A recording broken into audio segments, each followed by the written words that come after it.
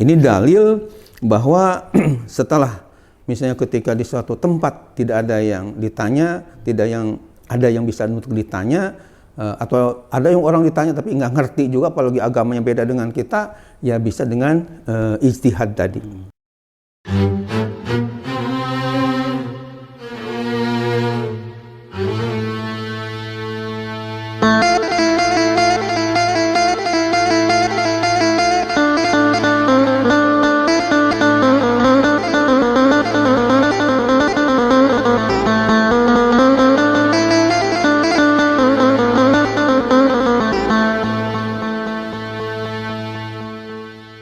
Assalamualaikum warahmatullahi wabarakatuh. Waalaikumsalam warahmatullahi wabarakatuh. Alhamdulillah rabbil alamin, wassalatu wassalamu ala asyrofil anbiya'i wal mursalin sayyidina Muhammadin wa ala alihi washabihi ajma'in, amma ba'du.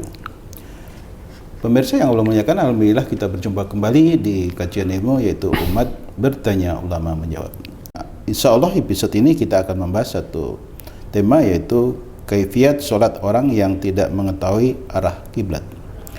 Baik. Pemirsa, insya Allah kajian ini akan disampaikan atau akan dibimbing langsung oleh murabi kita, yaitu Dr. Kiai Haji Ahmad Demyati Badruzaman Iman.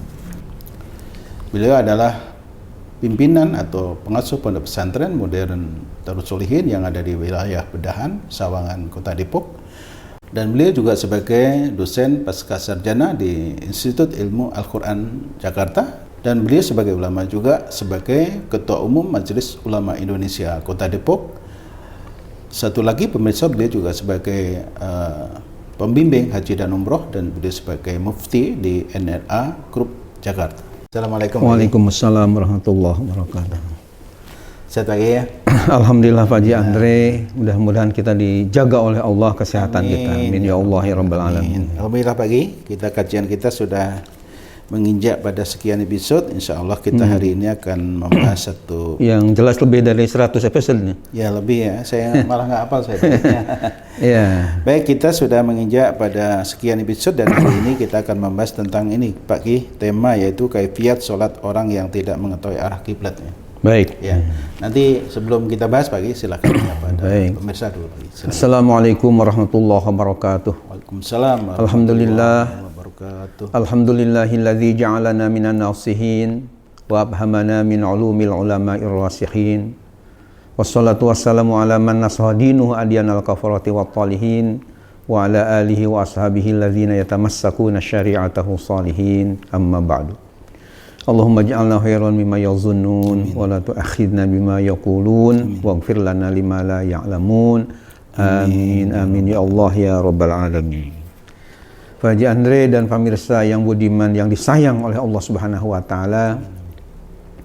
Demikian juga para wali santri, para santri Pondok Pesantren Modern Darus Sholihin yang ada di Kelurahan Bedahan, Kecamatan Sawangan, Kota Depok, Jawa Barat, Indonesia. Demikian juga para mahasiswa-mahasiswi dari Institut Ilmu Al-Quran yang senantiasa menyimak ya acara kajian ini. Juga para dosennya, mudah-mudahan Allah Subhanahu wa taala senantiasa memberikan curahan rahmat, ridho dan maghfirah kepada kita. Amin. Dan para santri juga para mahasiswa-mahasiswi mudah-mudahan sukses di dalam belajarnya. Amin ya Allah ya rabbal alamin. Selanjutnya Pak Haji Andre, kita akan bahas sebuah tema yang penting karena ini menyangkut masalah kesahan ibadah ya. Yeah. Jadi ada hubungan dengan masalah ibadah sholat. Oleh karena itu, persilahkan kepada Bapak Haji Andre untuk membacakan tema sekaligus pertanyaannya. Baik, terima kasih Pak Ki. Ya, pemirsa, kita buka di buku halaman Bertanya Ulama Menjawab di halaman 334. 334-nya ya. Insyaallah hari ini kita akan membahas satu tema, yaitu kaifiat sholat orang yang tidak mengetahui arah kiblat. Pertanyaannya, dalam sholat kita diwajibkan menghadap kiblat. Namun bila suatu ketika kita berada di sebuah hutan belantara di mana kita tidak tahu persis arah kiblatnya, sehingga menimbulkan rasa khawatir dan was-was. Bagaimana cara sholat dalam keadaan seperti itu? Begitu Pak Ki. Baik. Oh, zaman sekarang tuh teknologi udah maju Pak Ki.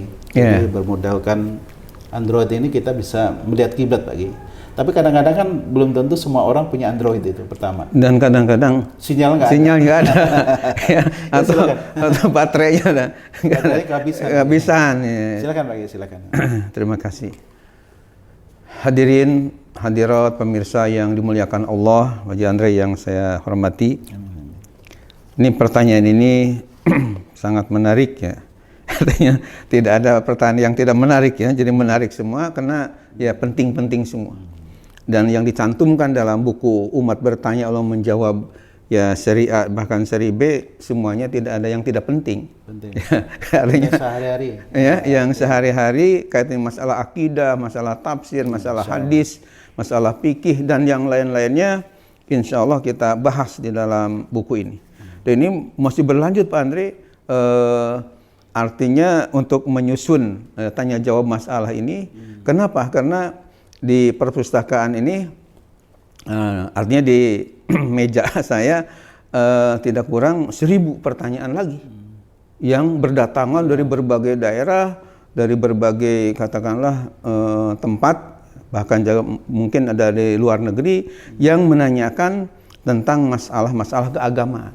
Bahkan saya belum lama ini menerima telepon langsung dari Jepang ya tentang masalah kaitan dengan masalah ya makanan-makanan lah yang dihalalkan, yang diharamkan bagaimana. Jadi banyak pertanyaan. Jadi udah numpuk.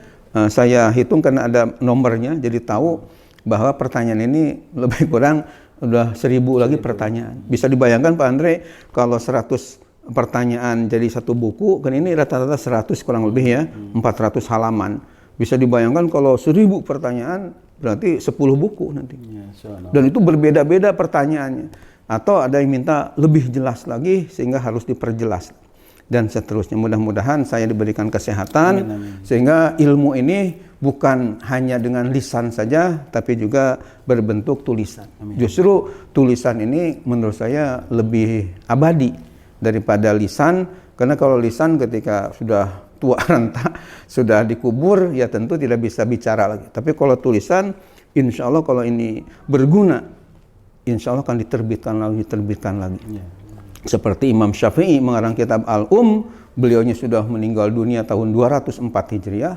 Kitab Al-Umnya masih terus beredar, termasuk saya miliki ya.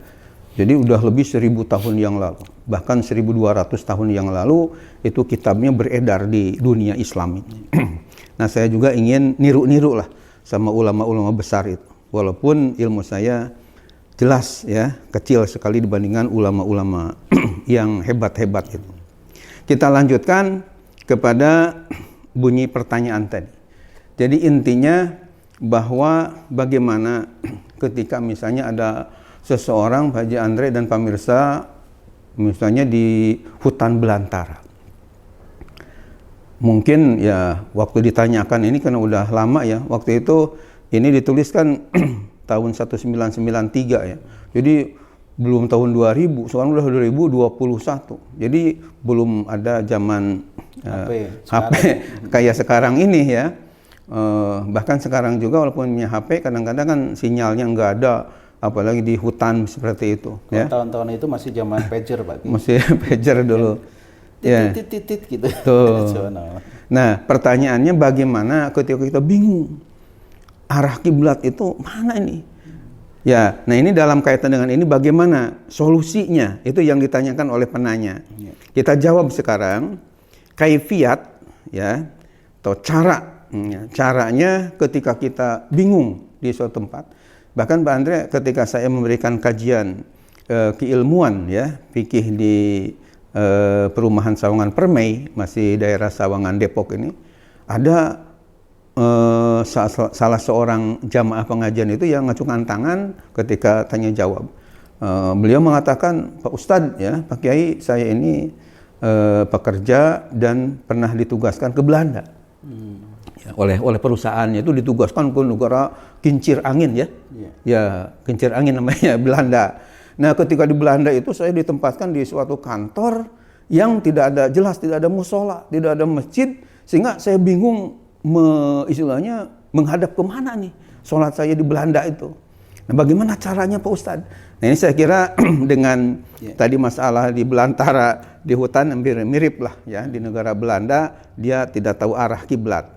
Nah, kita jawab bahwa caranya ya, kefiat itu caranya ialah yang pertama kita wajib ketika bingung itu bertanya kepada orang yang telah mengetahui arah kiblat.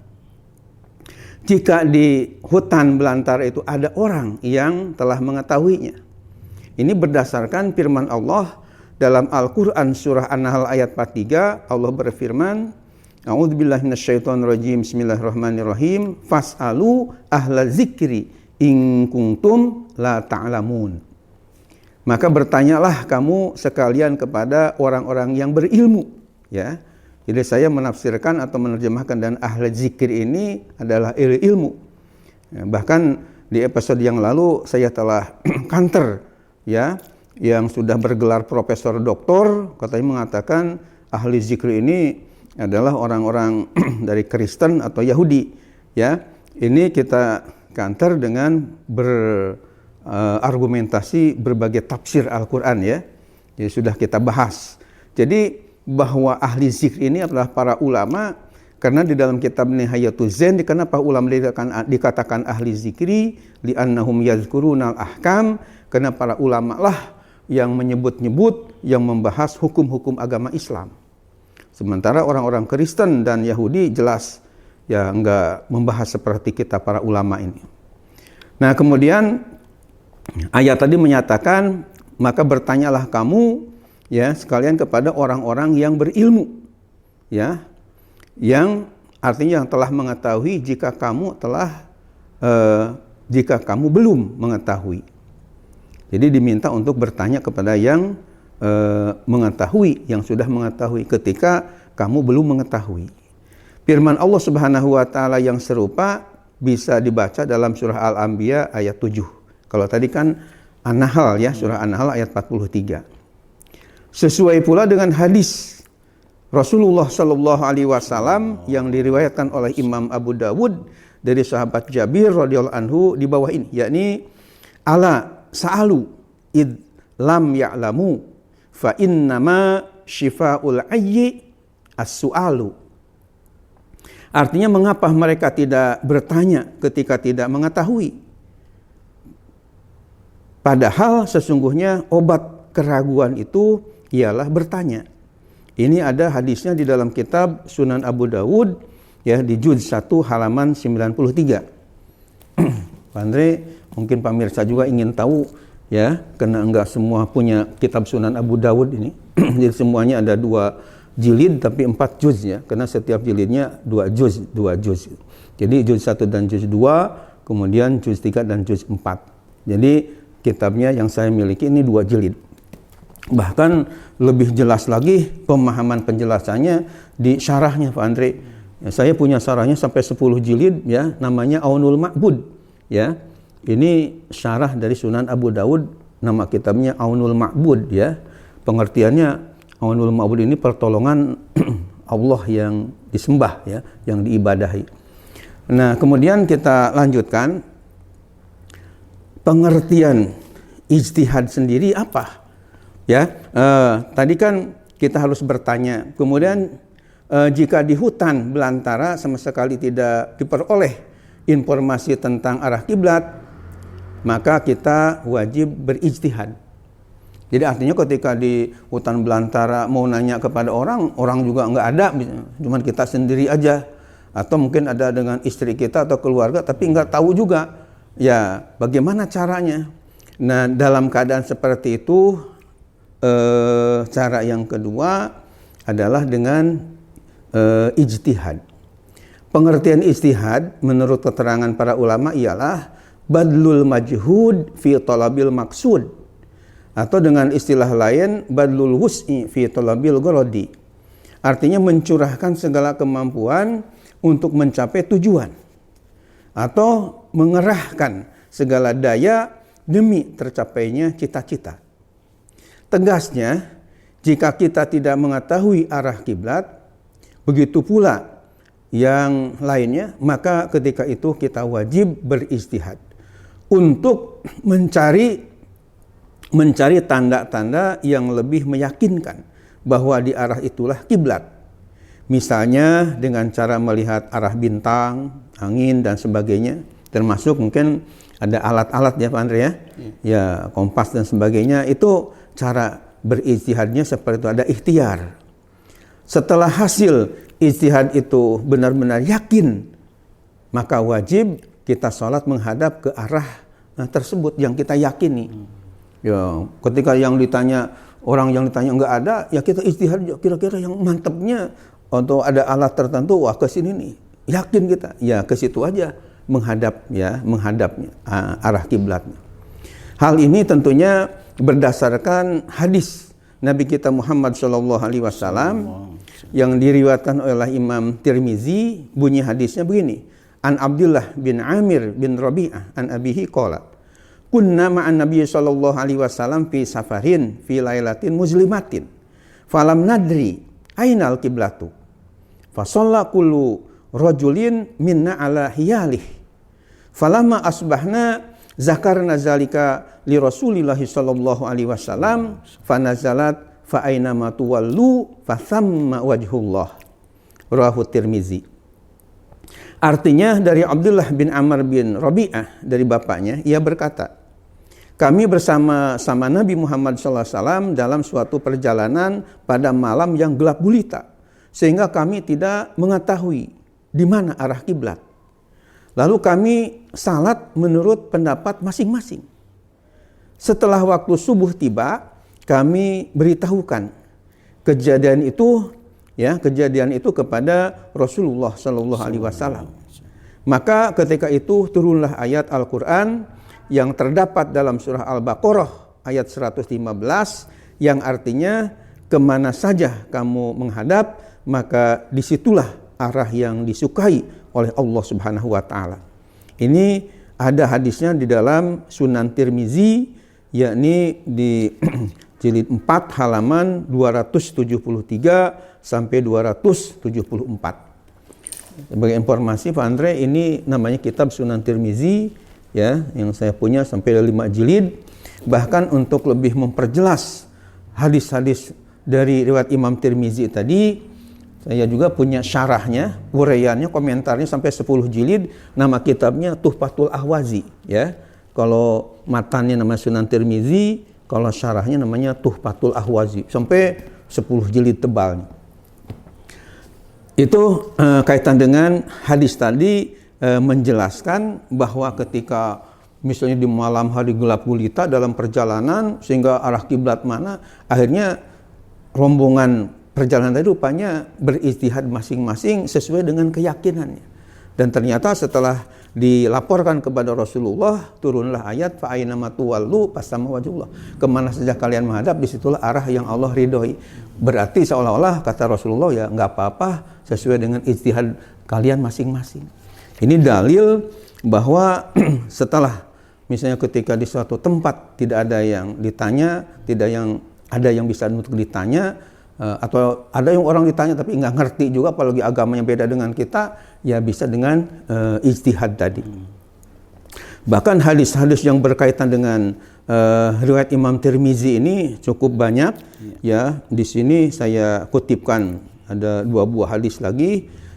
Namun setelah ditulis juga oleh imam namanya Muhammad bin Ali Asy-Syaukani dari Syaukan Yaman, itu ada seorang ulama ahli hadis bahkan ahli tafsir Pak Andre, yaitu yang bernama Muhammad bin Ali Asy-Syaukani ya.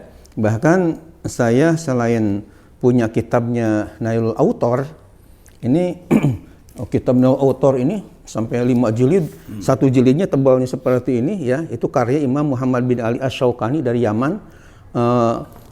Beliau juga ahli tafsir. Kitab tafsirnya yang saya punya itu judulnya Fathul Qadir ya, karya Imam Asy-Syaukani.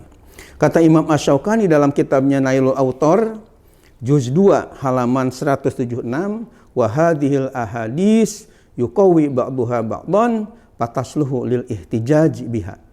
Artinya hadis ini saling kuat menguatkan antara satu dengan yang lain sehingga pantas dan boleh untuk dijadikan hujjah, untuk dijadikan dalil dalam agama. Kemudian selanjutnya kita kaji kitab fikih. Kalau tadi kita ayat Quran sudah dikemukakan, hadis Nabi sudah dikemukakan, yang terakhir kita kajian fikihnya. Nah, ada di dalam kitab fikih yang bernama Fiqh Sunnah ya, karya Said Sabiq ini. Ini nama kitabnya Fiqh Sunnah 3 jilid. Ini jilid pertama. Di dalam kitab Fiqh Sunnah dikatakan begini. Man khafiyat alaihi adillatul qiblah li ghaimin aw zulmatin masalan wajib alaihi ayyas ala man yadulluhu alaiha. Fa illam yajid man yas'aluhu ijtahada wa shalla ilal jihatil lati adahu ilaiha ijtihaduhu wa sholatuhu sahihatun wala i'adata alaihi. Artinya adalah barang siapa yang masih samar terhadap hal-hal yang menunjukkan arah kiblat, misalnya karena cuaca mendung atau gelap, maka ia wajib bertanya kepada orang yang dapat menunjukkannya. Jika ia tidak menemukan orang yang bisa ditanya, maka ia wajib melakukan ijtihad dan wajib salat sesuai dengan hasil ijtihadnya itu. Salatnya dipandang sah dan tidak wajib diulangi lagi. Ya, itu keterangan daripada Imam Said Sabiq ya, Said Sabiq di dalam kitabnya Fiqh Sunnah jilid pertama halaman 110.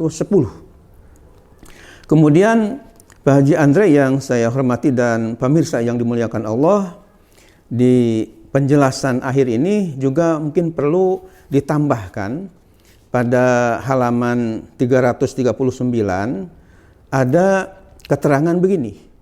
Kemudian perlu kami kemukakan jika seseorang melakukan ijtihad untuk menentukan arah kiblat, namun ia tidak mendapatkan keyakinan atau kemantapan dalam hatinya, maka ketika itu ia wajib salat menghadap ke arah mana saja yang ia kehendaki, tetapi ia wajib mengulanginya. Hal ini sesuai dengan keterangan yang terdapat dalam kitab Hamish Al-Hawashi Al-Madaniyah juz 1 halaman 191 yang menyatakan wa in tahayyaral mujtahidu falam yazhar lahu syai'un ba'da ijtihadihi shalla kaifa syaa li hurmatil waqti wa yaqdi wujuban ya li'annahu nadirun.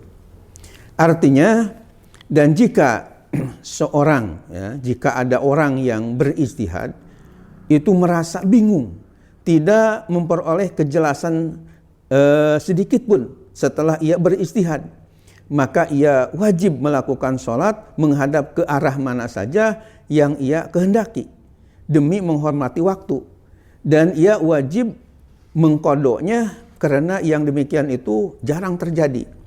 Ya, keterangan ini ya bisa juga dibaca di dalam kitab Tawdihul Adillah ya, juz 3 halaman 159. Ya, termasuk mungkin ketika kita ada di dalam hotel, kadang-kadang ada hotel yang ngasih tanda arah kiblat, tapi ada juga yang enggak. Apalagi misalnya ketika di Amerika misalnya atau di Perancis, di Tokyo ya, kan arah kiblatnya enggak dicantumin. Nah, ketika itu kalau memang ada orang yang bisa kita tanya, wajib kita bertanya kira-kira arah kiblat itu kemana. Kemudian jika di hutan belantara itu tidak ada orang lain tempat bertanya, atau ada tetapi sama-sama tidak mengetahui arah kiblat, maka ketika itu kita wajib melakukan ijtihad, yakni mencurahkan daya upaya kita untuk mencari tanda-tanda yang lebih meyakinkan bahwa di arah itulah adanya kiblat. Ya, jadi ijtihad, segala daya kemampuan kita, pikiran kita difokuskan menurut ya ikhtiar kita ke sini. Nah, itulah yang harus kita jadikan arah kiblat, hasil ijtihad itu. Jika ia salat dengan hasil ijtihad yang meyakinkan, maka salatnya dipandang sah dan tidak wajib diulangi lagi. Ya, tidak wajib dikodok lagi, kan sudah dia yakin dengan hasil ijtihadnya itu. Tapi yang 4 yang terakhir ini, jika kita melakukan ijtihad untuk menentukan arah kiblat, namun tidak mendapatkan keyakinan atau kemantapan dalam hati. Ya, misalnya ketika kita berijtihad, karena mungkin kurang konsentrasi, sehingga kayaknya nggak yakin nih ke sini, ya kayaknya nggak yakin ini kiblat itu. Nah, sehingga nggak ada kemantapan. Nah, dalam keadaan kondisi seperti itu, kita wajib sholat menghadap ke arah mana saja yang kita sukai. Namun nantinya wajib mengulangi, mengkodok setelah kita misalnya di tempat yang sudah jelas, oh ada masjid nih, arah kiblatnya ke sini. Kemarin kita yang ragu-ragu sholat zuhur, ya nanti di waktu zuhur itu ya kita mengulangi sholat yang kemarin yang ragu-ragu. Ketika menentukan arah kiblatnya kita nggak yakin. Itu penjelasannya, mudah-mudahan dengan penjelasan yang sudah disampaikan tadi, pemirsa yang budiman, yang baik, mudah-mudahan bisa mencernanya dengan sebaik-baiknya. Dan Pak Andre juga ilmunya jadi makin bertambah, insya Allah ya. Demikian, mohon maaf lahir batin. Assalamualaikum warahmatullahi wabarakatuh. Waalaikumsalam warahmatullahi wabarakatuh. Terima kasih Pak Kiai. Ya. Baik pemirsa, saya kira cukup gamblang ya penjelasan dari murabi kita. Jadi mungkin kalau mau jelas lagi tinggal baca bukunya nanti. Dan yang minat lagi yang minat yang belum punya bisa menghubungi Pak Andre atau belum punya bisa pesan di Pondok Pesantren Darus Sholihin. Insyaallah bermanfaat. Amin amin. Baik pemirsa, kajian kita cukup sampai di sini dulu. Insyaallah kita bertemu pada episode berikutnya. Kita tutup dengan doa kafaratul majlis. Subhanakallahumma bihamdika asyhadu an la ilaha illa anta astaghfiruka wa atubu ilaik. Amin ya Allah. Terima kasih atas perhatiannya. Assalamualaikum warahmatullahi wabarakatuh. Waalaikumsalam warahmatullahi wabarakatuh.